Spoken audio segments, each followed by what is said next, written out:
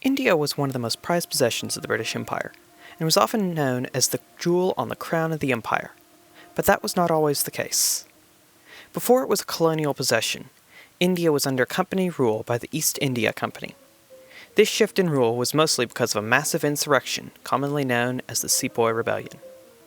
By 1854, the East India Company was the de facto ruler of most of what was to become the British Raj, due to various alliances and trade deals. The company even maintained its own army consisting of approximately 50,000 British troops and 300,000 Indian sepoys. Throughout much of the time of company rule, a careful balance was kept between allowing the sepoys to keep their native religions and the British Christian identity. At the same time, there were also social reforms, abolishing religious practices such as the Hindu tradition of burning widows. Although efforts were made to allow Hindu and Muslim practices in the army, the presence of Christian missionaries led many to believe that the British wanted these sepoys to convert en masse.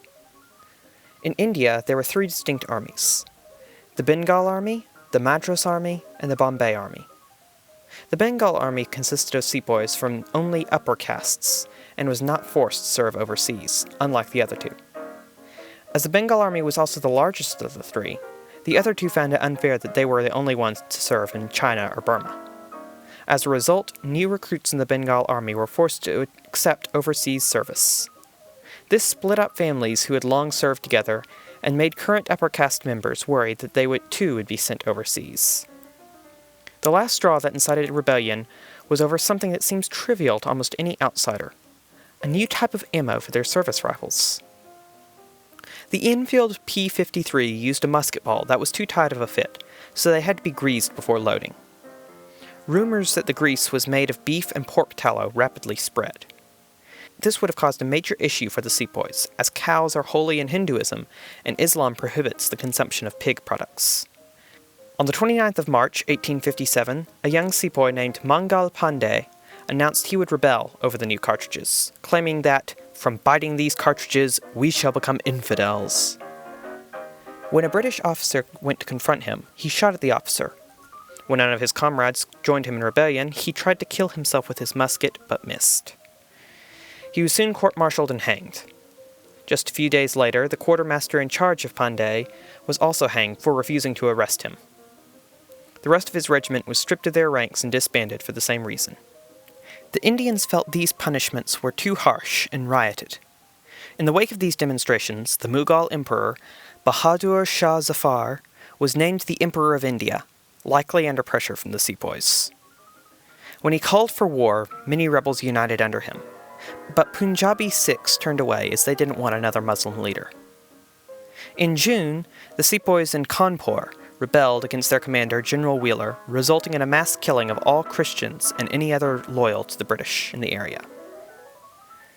The British took a while to respond, as they were either all the way back in Great Britain or occupied with the Crimean War, but they made it to India by July.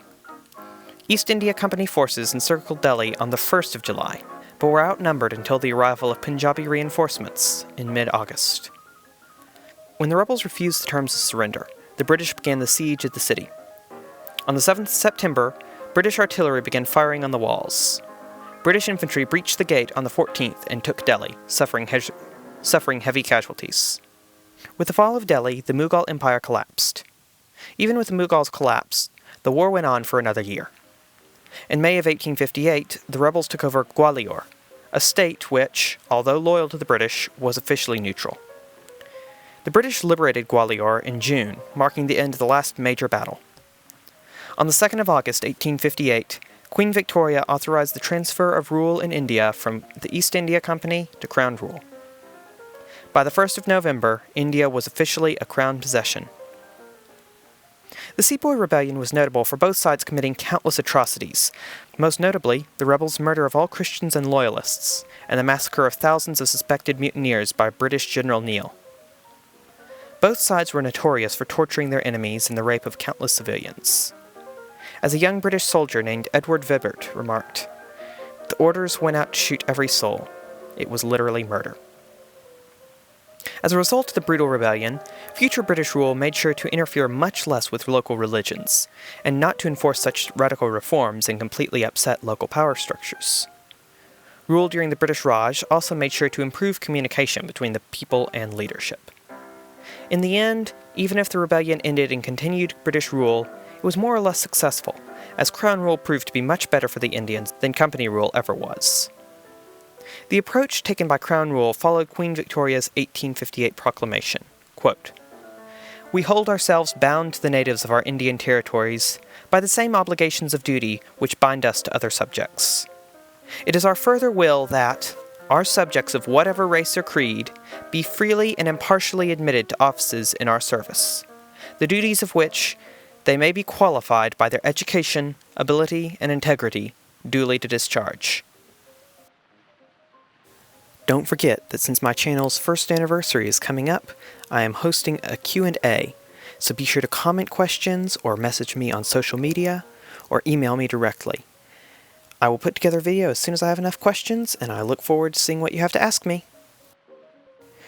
Don't forget to follow me on Instagram and Twitter at Late Modern History for inside information, behind the scenes, and sneak peeks at upcoming videos. And as always, if you enjoyed this video, be sure to like and subscribe. This is Matthew, and I hope to see you next time. Goodbye, goodbye, where's a tear, baby dear, from your eye? Though it's hard to part, I know, I'll feel you're gonna death to go. Don't cry, don't sigh, there's a silver lining in the sky. Once more, old thing, cheerio, chin chin, now boo, toodaloo, goodbye.